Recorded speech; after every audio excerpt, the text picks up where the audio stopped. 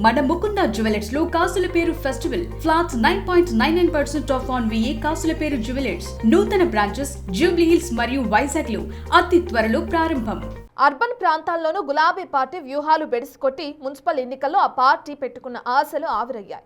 Party సంస్థాగత బలోపేతంపై దృష్టి సారించిన BRS కేవలం ఎన్నికలు వచ్చినప్పుడే హడావిడి చేస్తుందన్న అపవాదు ఉంది. క్షేత్రస్థాయి సమస్యలను పార్టీ పెద్దలు పట్టించుకోకపోవడంతో మున్సిపల్ ఎన్నికల ఫలితాలు గులాబీ క్యాడర్ను తీవ్ర నిరాశను ముంచెత్తాయి. కనీసం 30 మున్సిపాలిటీల్లో విజయం సాధిస్తామని అంచనాలు వేసుకున్న పార్టీ కేవలం 17 మున్సిపాలిటీలను మాత్రమే దక్కించుకుంది. మరి ఇప్పటికైనా గులాబీ అధిష్టానం ఫలితాలపై సమీక్షించుకుని తన తప్పిదాలను సరిదిద్దుకుంటుందా అన్న చర్చ మొదలైంది. మున్సిపల్ ఎన్నికల ఫలితాలు గులాబీ క్యాడర్ లో పార్టీ నాయకత్వంపై నమ్మకం పోయేలా చేశాయన్న టాక్ వినిపిస్తుంది. ఈ ఎన్నికల్లో మెజారిటీ సీట్లు సాధించబోతున్నామని గొప్పగా ప్రకటించుకున్నారు బీఆర్ఎస్ పెద్దలు. దాంతో పార్టీ శ్రేణుల్లో జోష్ పెరుగుతుందని భావించినప్పటికీ సీన్ రివర్స్ అయింది. ముందు నుంచి మెజారిటీ మున్సిపాలిటీలు కైవసం చేసుకుంటామని ధీమా వ్యక్తం చేసి ఎన్నికల ఫలితాల తర్వాత బీఆర్ఎస్ వర్కింగ్ ప్రెసిడెంట్ కేటీఆర్ కనీసం 30 చోట్ల గెలుస్తామని భావించామని చెప్పడం ఆ పార్టీ పరిస్థితికి అద్దం పట్టింది. 34 చోట్ల హంగుంది. సరే, అక్కడ చాలా అరాచకాలు చేస్తూ ఉన్నారు కాంగ్రెస్ వాళ్ళు. మా కార్పొరేటర్లు కౌన్సిలర్లను ఎత్తుకొని పోవడం, ప్రలోభ పెట్టడం, పోలీసులను ఇంటింటికి పంపడం, గుండాలను పంపడం, రకరకాల కార్యక్రమాలు చేస్తున్నారు. మాకు ఇంకోటి ఇప్పుడు ఎక్స్ అఫిషియో ఓటు విషయంలో కూడా స్పష్టత రాలేదు. మరి చూద్దాం. మాకు కూడా ఇంకా వస్తున్న ట్రెండ్స్ అవి చూస్తూ ఉంటే ఇంకా కొన్ని మున్సిపాలిటీలు మా ఖాతాలో పడతాయి. ఇప్పటికే 17 క్లియర్గా ఉన్నాయి.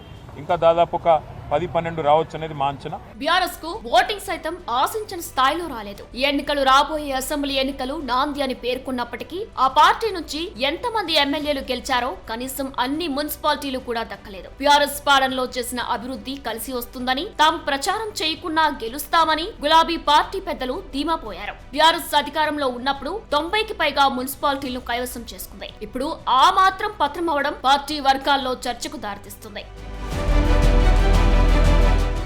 అసెంబ్లీ ఎన్నికల్లో 37.35% ఓట్ షేర్ సాధించిన గులాబీ పార్టీ పూర్వపోరులో 28.7% ఓట్లు మాత్రమే సాధించగలిగింది. సుమారు 9 ఓట్ల తగ్గడంతో గులాబీ శ్రేణులకు నాయకత్వంపై నమ్మకం కోల్పోయే పరిస్థితి ఏర్పడిందట. ప్రభుత్వ వ్యతిరేకత పెరుగుతుందని ఊదరగొట్టిన బీఆర్ఎస్ కు ఓటింగ్ శాతం తగ్గడంతో పార్టీ ముఖ్య నేతలు స్ట్రాటజీలపై అందరిలో అనుమానాలు రేకెత్తిస్తుంది. మున్సిపల్ ఎన్నికల్లో పార్టీ అధినేత కేసీఆర్ ప్రచారం చేస్తారని మొదట్లో లీకులిచ్చారు. నీటి పంపకాలపై నల్గొండ, రంగారెడ్డి జిల్లాలో సభలు నిర్వహిస్తారని, ప్రభుత్వం ప్రాజెక్టులపై అనుసరిస్తున్న వైఖరిని ఎండగడతారని ఫీలర్లు వదిలారు. నోటిఫికేషన్ కు ముందే ఆ సభలు ఉంటాయని చెప్పినప్పటికీ అవి జరగలేదు.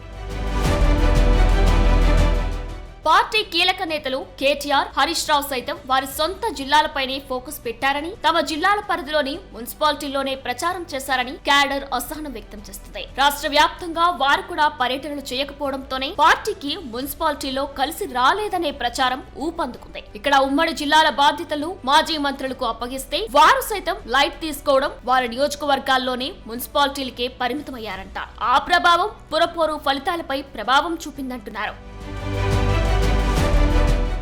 అసెంబ్లీ ఎన్నికల ఫలితాల తర్వాత ఓటమిపై ఉమ్మడి జిల్లాల వారీగా నేతలు, కీలక కార్యకర్తలతో తెలంగాణ భవన్ లో బీఆర్ఎస్ సమీక్షలు నిర్వహించింది. ఓటమికి కారణాలపై ఫీడ్బ్యాక్ తీసుకుంది. కానీ వాటిని పరిష్కరించే ప్రయత్నం చేయలేదని నేతలు అభిప్రాయపడుతున్నారు. అప్పట్లో కొంతమంది మౌఖికంగా, మరికొందరు పేపర్లలో క్షేత్రస్థాయిలో జరుగుతున్న పరిణామాలపై అధిష్టానానికి నివేదించారంట. కానీ వాటిని బుట్టదాఖలు చేశారన్న ఆరోపణలున్నాయి. ఆ క్రమంలో బీఆర్ఎస్ పార్లమెంట్ ఎన్నికల్లో ఘోర పరాజయం మూటగట్టుకుంది. ఒక్క ఎంపీ స్థానాన్ని దక్కించుకోకపోగా మెజారిటీ స్థానాల్లో డిపాజిట్లు కోల్పోయింది. పంచాయతీ ఎన్నికల్లో మాత్రం పార్టీ మద్దతుదారులు వేల గ్రామాల్లో విజయం సాధించడం కొంత ఊరటనివ్వడంతో మున్సిపల్స్ లో బీఆర్ఎస్ భారీ అంచనాలు పెట్టుకుని బోర్లా పడింది.